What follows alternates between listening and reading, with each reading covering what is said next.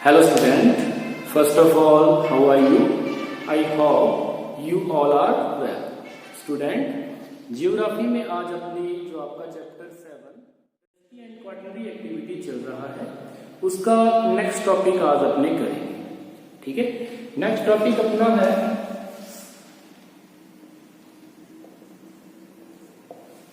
Services. Services topic में अपने कुछ बेसिक कंसेप्ट के ऊपर उनको अलग अलग डिस्टिंग्विश करेंगे, अलग अलग जो सर्विसेज हैं। जैसे फॉर एग्जांपल जो आ गई आपकी services, physical labour, mentally labour आ गई, स्पेशलाइज्ड सर्विस, कॉमन सर्विस आ गई, ठीक है, रेगुलेटेड सर्विसेज आ गई, जो अलग अलग जिसके लिए कॉर्पोरेशन बने हुए हैं वो सर्विसेज आ गई, ठीक है। और रिक्रिएशनल सर्विसेज कौन कौन सी है, पर्सनल सर्विसेज कौन कौन सी है, इसके बारे में अपने इसमें पढ़ेंगे। सबसे पहले अपनी बात करते हैं सर्विसेज में कि कुछ सर्विसेज ऐसी है जो सिर्फ लोगों के लिए है, कुछ ऐसी है जो सिर्फ इंडस्ट्री के लिए है, और कुछ ऐसी है जो लोग और इंडस्ट्री दोनों के लिए है। ठीक है, जैसे पीपल एंड इंडस्ट्री के लिए जो सर्विस है वो कौन सी है, ट्रांसपोर्ट। इसके एग्जाम्पल आप ट्रांसपोर्ट कह सकते हो। ठीक, इसके बाद कुछ सर्विसेज ऐसे आती है जो कॉमन सर्विसेज होती है, जो जनरली अपने को मिल जाती है।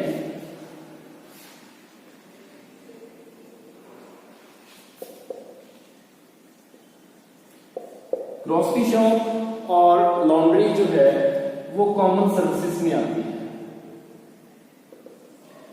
इसके अलावा कुछ स्पेशलाइज्ड सर्विसेज हैं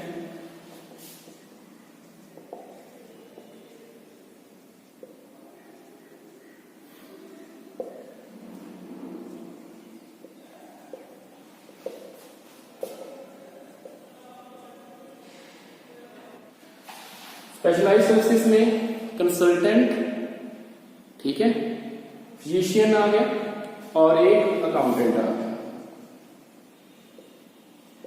ठीक है, ये कुछ स्पेशलाइज्ड सर्विसेज है। अब कुछ मेंटली सर्विसेज, कुछ फिजिकल सर्विसेज की बात अपने कर लें तो फिजिकल लेबर की जो सर्विसेज है, फिजिकल लेबर की जो सर्विसेज है उसमें बार्बर, गार्डनर, लॉन्ड्रर, ये इसमें शामिल हो जाते हैं। इसी तरह से कुछ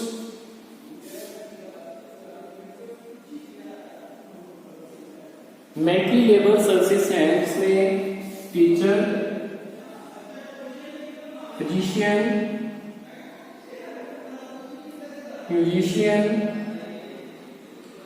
ठीक है, लॉयर, ये कुछ सर्विसेज इसमें शामिल हो जाती है। और इसके बाद कुछ सर्विसेज जो हैं वो रेगुलेटेड सर्विसेज हैं।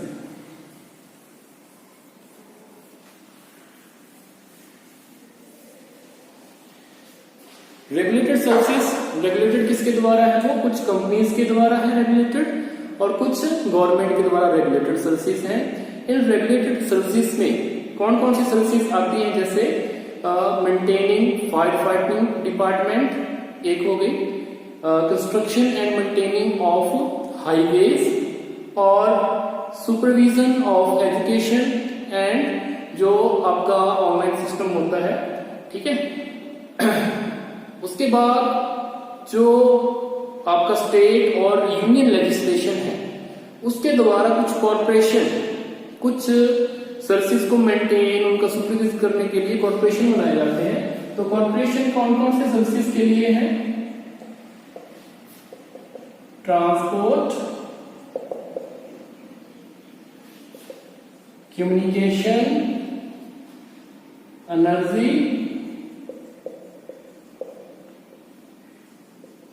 वाटर सप्लाई, इनके लिए कॉर्पोरेशन बनाए जाते हैं। इसके अलावा कुछ सर्विसेज जो है रिक्रिएशनल सर्विसेज हैं, जैसे फॉर एग्जांपल, तो वो सर्विसेज कहाँ पे एस्टेब्लिश्ड होगी, जो रिक्रिएशनल सर्विसेज हैं वो कहाँ पे एस्टेब्लिश्ड होगी। तो अपने इसके लिए बात करते हैं कि जैसे जो आपके होटल हैं, रेस्टोरेंट हैं, सिनेमा हॉल हैं, ये आपको सीबीडी, सीबीडी क्या होता है, सेंट्रल बिजनेस डिस्ट्रिक्ट, जैसे अपना गंगानगर का गोल बाजार है।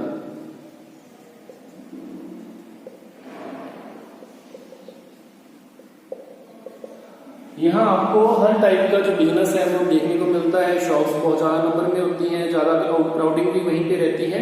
तो ये सीबीडी होता है, उसके आसपास ही होटल, रेस्टोरेंट और सिनेमा आपको मिलेगी। इसके अलावा एक गोल्फ कोर्स है। गोल्फ कोर्स आपको ऐसी जगह पे मिलेगा, यहाँ की जो लैंड कॉस्ट है वो सीबीडी की लैंड कॉस्ट के कंपैरिजन में कम होगी, ठीक है।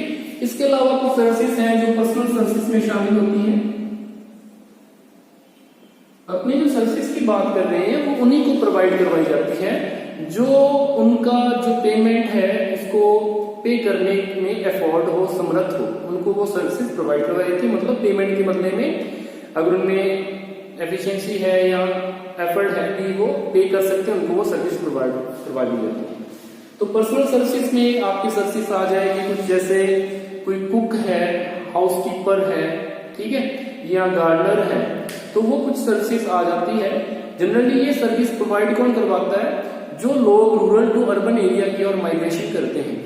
माइग्रेशन करते हैं तो जनरली वो लोग जो अनस्किल्ड होते हैं, जिनमें कोई पर्टिकुलर स्किल नहीं होती, तो वो ऐसे जो पर्सनल सर्विसेज के काम करने लग जाते हैं, लोगों को उनकी लाइफ को इजी बनाने में ये हेल्प करते हैं।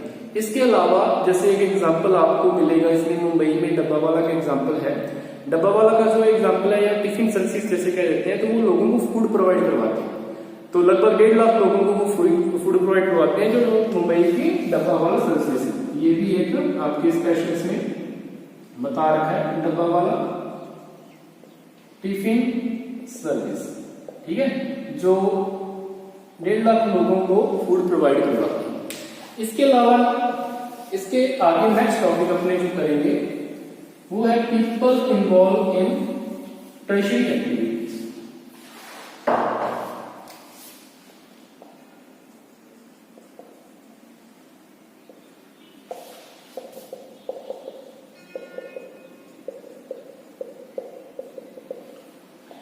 टर्शियरी एक्टिविटीज में कितने लोग इन्वॉल्व होते हैं, कौन से लोग इन्वॉल्व होते हैं, उनकी बात अपने करें तो जो डेवलप्ड कंट्री है, डेवलप्ड कंट्रीज हैं, उनकी लगभग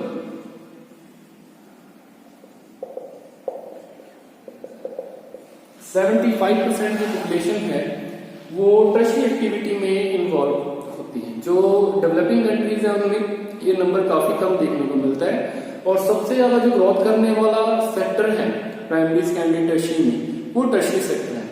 टर्शियरी सेक्टर में ग्रोथ हो रही होती है, चाहे प्राइमरी और सेकेंडरी सेम एट इज जैसे है वैसे बने रहे, या उनमें कुछ डिक्रीज आए, कमी आए। इसमें जो इन्वॉल्व पॉपुलेशन है इंडिया के लिए भी, जैसे जो कंटिन्यूसली जो आपका सर्विस सेक्टर है वो ग्रोथ कर रहा है, जैसे प्राइमरी सेक्टर है वो 58 से 44 पर आ गया, सेकेंडरी सेक्टर है वो 4.2 से 3.7 पे आ गया, और जो टर्शियरी सेक्टर वो 41.6 पे आ गया। मतलब उसमें इंक्रीज हो रहा है कि इतने % लोग इसमें इन्वॉल्व हैं, ठीक है।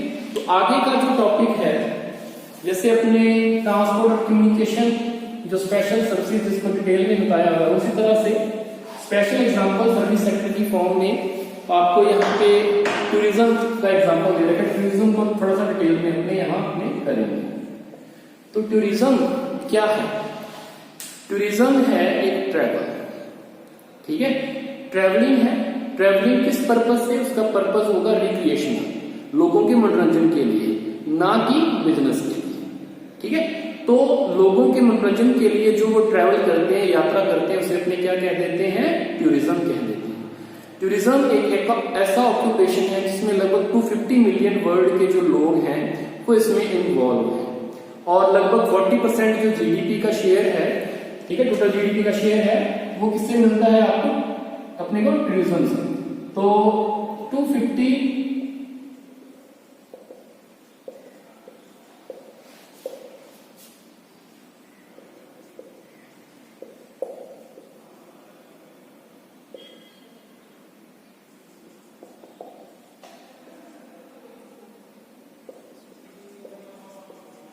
ठीक है, ये सब कुछ डाटा है।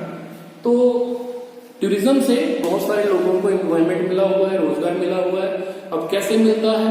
जैसे अकोमोडेशन हो गया, उनके लिए मकान की सुविधा, फूड की सुविधा, ट्रेवलिंग की सुविधा, जो स्पेशल शॉप्स हैं उनकी फैसिलिटीज, तो उन लोगों को भी मतलब वहां पे एम्प्लॉयमेंट मिल रहा होता है। इसके अलावा जो जो कंस्ट्रक्शन इंडस्ट्री है, ठीक है, इंफ्रास्ट्रक्चर इंडस्ट्री है, उसको भी इससे काम मिलता है। जो आर्ट एंड क्राफ्ट इंडस्ट्री जो वर्क है उनको भी इससे हेल्प मिलती है इस इंडस्ट्री से। तो ये जो एम्प्लॉयमेंट जनरेशन का काम है बहुत बड़े लेवल पे करता है। इसके साथ साथ दूसरे जो सेक्टर हैं उनको भी हेल्प करता है एम्प्लॉयमेंट जनरेशन के लिए, ठीक है। तो नेक्स्ट अपने जो इसमें टॉपिक करेंगे वो है टूरिस्ट रीजन।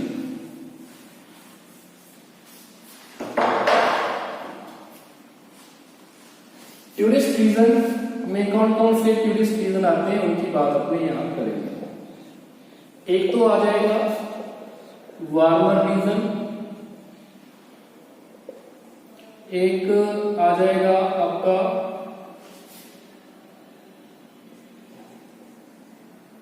कोल्ड या विंटर स्पोर्ट कहते हैं अपने, ठीक है। हिस्टोरिकल प्लेसेस आ जाएंगे और आर्ट एंड कल्चर आ जाएगी, कोई लैंडस्केप आ जाएगी, ठीक है। तो ये जो सिस्टम है आपका, इसमें वार्मर रीजन जैसे मेडिटेरेनियन रीजन हो गया, western coastal region of India ये हो गया, तो ये रीजन इसमें आ जाते हैं। विंटर स्पोर्ट, यहाँ पे रेनफॉल आइस फॉल ज्यादा होता है, स्नो ज्यादा गिरती है, तो वहां पे क्या होता है कि लोग स्काइंग करने के लिए, विंटर स्पोर्ट खेलने के लिए वहां जाते हैं। हिस्टोरिकल प्लेसेस हैं, हिस्टोरिकल प्लेसेस के लिए भी लोग जो है वो आपके अपने कह सकते हैं कि इन जगहों पे जो मॉन्यूमेंट्स हैं उनको देखने के लिए जाते हैं। फोर्ट हैं, किले हैं, पैलेसेस हैं, उनको देखने के लिए जाते हैं। पैलेस जो महल होते हैं। आर्ट एंड कल्चर, डिफरेंट तरह की जो लोगों की आर्ट एंड कल्चर होती है, आर्ट एंड क्राफ्ट होती है, उसको देखने के लिए भी लोग जाते हैं, ठीक है। और लैंडस्केप जिसमें डिफरेंट टाइप्स की लैंड फीचर्स हो गए, कोई माउंटेन हो गया, लेक हो गया, उसको भी लोग देखने के लिए जाते हैं। तो ये टूरिस्ट अट्रैक्शन के रीजन है, टूरिस्ट रीजन हो जाता है। इसके बाद अपने टॉपिक करें, इसमें फैक्टर अफेक्टिंग टूरिज्म आ जाए।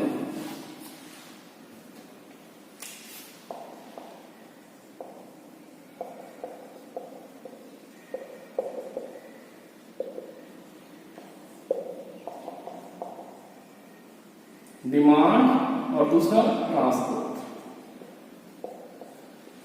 ये जो डिमांड है टूरिज्म की, ये कुछ ही टाइम पहले 100-150 साल पहले जब से इंडस्ट्रियलाइजेशन स्टार्ट हुआ है या सर्विस सेक्टर स्टार्ट हुआ है, लोग जॉब करने लगे हैं, बिजी रहते हैं पूरे साल, ठीक है। तो उस टाइम से ये स्टार्ट हुआ है कि लोग जो छुट्टियां को टाइम होता है, जनरली क्या होता है कि इंडस्ट्रियलाइजेशन से, सर्विस सेक्टर के डेवलपमेंट की वजह से लोग अपने घर छोड़कर किसी दूसरे देश में या किसी दूसरे राज्य में या किसी दूसरी जगह पे जाते हैं, अपने फैमिली मेंबर से दूर रहते हैं, तो वो अपने फैमिली मेंबर के साथ टाइम स्पेंड करना चाहते हैं। इसीलिए जब उनको छुट्टियां होती है तो वो किसी ऐसी जगह पे घूमना चाहते हैं जहां उनको फ्रेश एनवायरनमेंट मिले, अच्छा मतलब नेचर सीनिक व्यू मिले, उनको हिस्टोरिकल प्लेसेस जो भी उनको अच्छा लगता है, उनके मन को अच्छा लगता है, ऐसी जगह पे वो घूमने जाए। तो इससे एक डिमांड जनरेट होती है, जिससे जो एक टूरिज्म को अफेक्ट करने का फैक्टर अपने बनता है। एक है ट्रांसपोर्ट। अब ट्रांसपोर्ट के बिना टूरिज्म कैसे हो सकता है? टूरिज्म में अपने यही है, जैसे डेफिनेशन में किया कि ट्रैवल होता है इसमें। अब ट्रैवल होगा तो ट्रैवल के लिए ट्रांसपोर्टेशन अपने को फैसिलिटी चाहिए। जब से कार या ये व्हीकल इन्वेंट हुए हैं तो उस टाइम से इसको बहुत ज्यादा अपने कह सकते हैं सपोर्ट मिला है टूरिज्म को। तो मतलब लोग अपने पर्सनल व्हीकल पे यहाँ उन्होंने जाना होता है वहां जा सकते हैं। लेकिन जो मेन इसमें अपने कह दें कि मॉडिफिकेशन हुआ है या इम्प्रूवमेंट हुआ है वो एयर ट्रांसपोर्टेशन की वजह से। एयर ट्रांसपोर्ट एक ऐसा मीडियम है जिसमें कोई भी अपने घर से किसी दूसरे देश में जाना है, कुछ घंटों में किसी दूसरे देश में, जो उनको अच्छा लगता है, यहाँ का सीनिक व्यू देखना चाहता है, वहां पे जाकर वो देख सकता है। तो ट्रांसपोर्ट भी एक इम्पोर्टेंट फैक्टर है। ट्रांसपोर्ट में भी अभी टाइम टू टाइम जैसे आप सुनते होंगे कि पैकेज आते रहते हैं, टूरिस्ट पैकेज आते रहते हैं, ट्रांसपोर्ट के पैकेज आते रहते हैं कि आप इतने दिनों के लिए, इतने दिन और इतने रात का जो पैकेज टूर है वो आपको सस्ता मिल जाएगा ना। वैसे नॉर्मली ज्यादा खर्चा लगता है, 50% या 70% पे आपको वो फैसिलिटी अवेलेबल हो जाती है। तो ये टूरिज्म को अफेक्ट करने के फैक्टर है, ठीक है। अब अपने नेक्स्ट टॉपिक करें जो अपने पहले अभी कर दिए हैं, टूरिस्ट टूरिज्म से मिलता जुलता ही है, वो है टूरिस्ट अट्रैक्शन।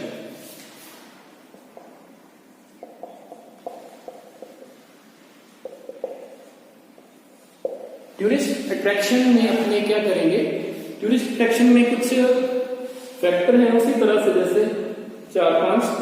तो इसमें सबसे पहले आ जाएगा आपका क्लाइमेट।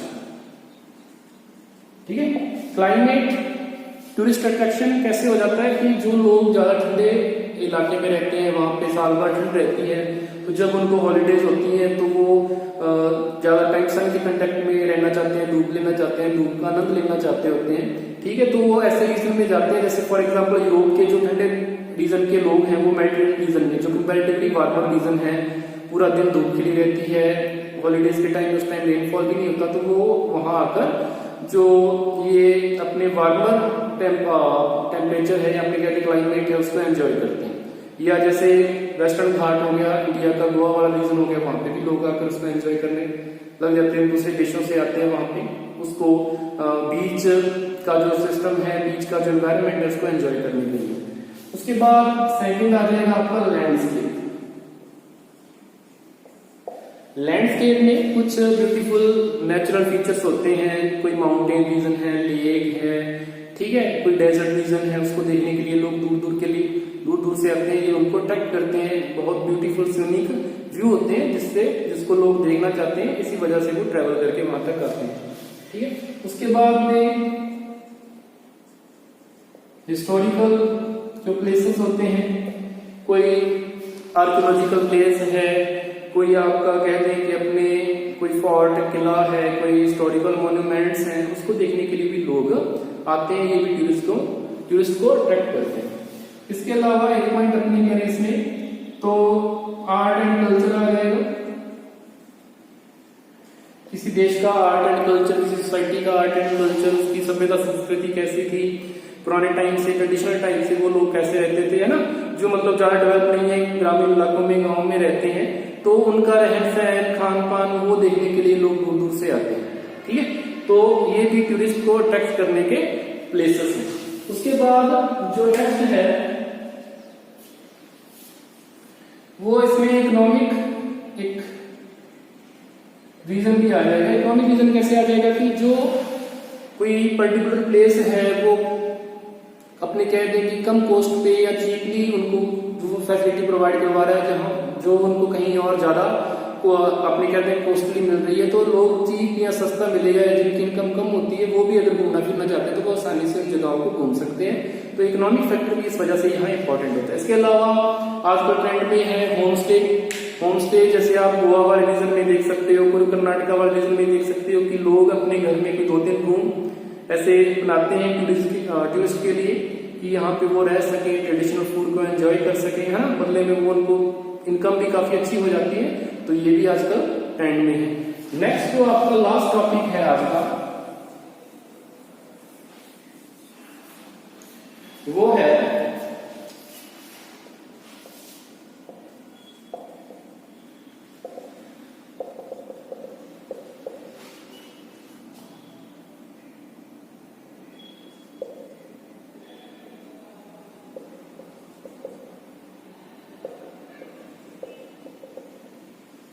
इंडिया में जो मेडिकल फैसिलिटी है, ओवरसीज पेशेंट जो इंडिया में आते हैं अपना ट्रीटमेंट करवाने के लिए, उसकी यहाँ अपने बात करेंगे, इसको अपने मेडिकल टूरिज्म भी कह सकते हैं। इंडिया में 2005 में 50,000 पेशेंट्स आए थे यूएसए से अपने ट्रीटमेंट के लिए। ठीक है, ये जो ट्रीटमेंट यूएसए में मिलियंस ऑफ सर्जरी होती है उसकी कंपैरिजन में बहुत कम है, लेकिन फिर भी इंडिया इस सेक्टर में, मेडिकल ट्रीटमेंट के सेक्टर में, जिसके साथ टूरिज्म को भी मिक्स कर देते हैं, जिसको अपने मेडिकल टूरिज्म कह देते हैं, उस सेक्टर में काफी इमर्जिंग है, काफी अपना डेवलप करना शुरू हुआ है, या अपने कहते हैं कि उसमें काफी डेवलपिंग है।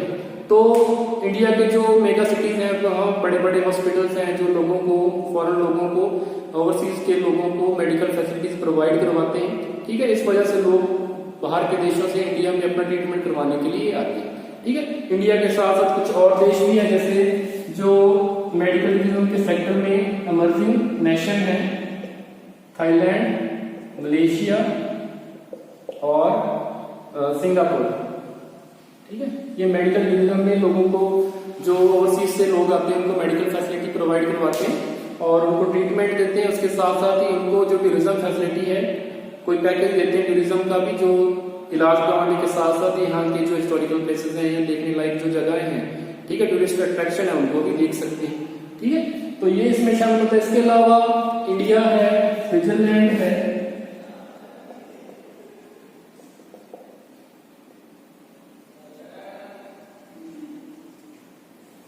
जो लोगों को मेडिकल फैसिलिटी के साथ साथ वो उनको जैसे जो टेस्ट होते हैं, जैसे रेडियोलॉजी हो गया, रेडियोलॉजी हो गया, या मैग्नेटिक रेजोनेंस इमेज हो गया इनकी इंटरप्रेटिंग के लिए, या अल्ट्रासाउंड हो गया इनकी इंटरप्रेटिंग के लिए, वो काम आउटसोर्सिंग पर लेते हैं। आउटसोर्सिंग का मतलब ठेके पे लेते हैं कि वहां के जो ओवरसीज के लोग हैं वो अपना टेस्ट, या वहां की जो एजेंसी है वो अपना टेस्ट लेकर वहां पे यहाँ भेज देती है उनको रीड करने के लिए, इंटरप्रिटेशन करने के लिए, और यहाँ के भी लोगों को उससे मतलब काम मिलता है, और उनको भी बेनिफिट होता है कि सस्ते में काम हो जाता है, और यहाँ के लोगों को भी बेनिफिट होता है कि उनको काम मिल रहा होता है, सर्विस मतलब एम्प्लॉयमेंट जनरेशन होती है। तो इससे इस सेक्टर में काफी ज्यादा पॉसिबिलिटीज हैं मेडिकल टूरिज्म के सेक्टर में। इंडिया और इसमें इम्प्रूवमेंट कर रहा है कि ज्यादा से ज्यादा लोग यहाँ पे अपना ट्रीटमेंट करवाने के लिए आए और उनको एक पैकेज दिया जाए जिसमें उनको यहाँ देश में घुमाया भी जा सके। तो इसे अपने क्या कह देते हैं, मेडिकल टूरिज्म। मेडिकल टूरिज्म क्या होता है, जब मेडिकल ट्रीटमेंट को इंटरनेशनल टूरिज्म के साथ में जोड़कर देखा जाता है या जोड़ा जाता है, तो इसे अपने क्या कह देते हैं, मेडिकल टूरिज्म। तो ये आज का आपका टॉपिक था। इसमें जो भी आपको ना समझ में आया तो आप पूछ सकते हो।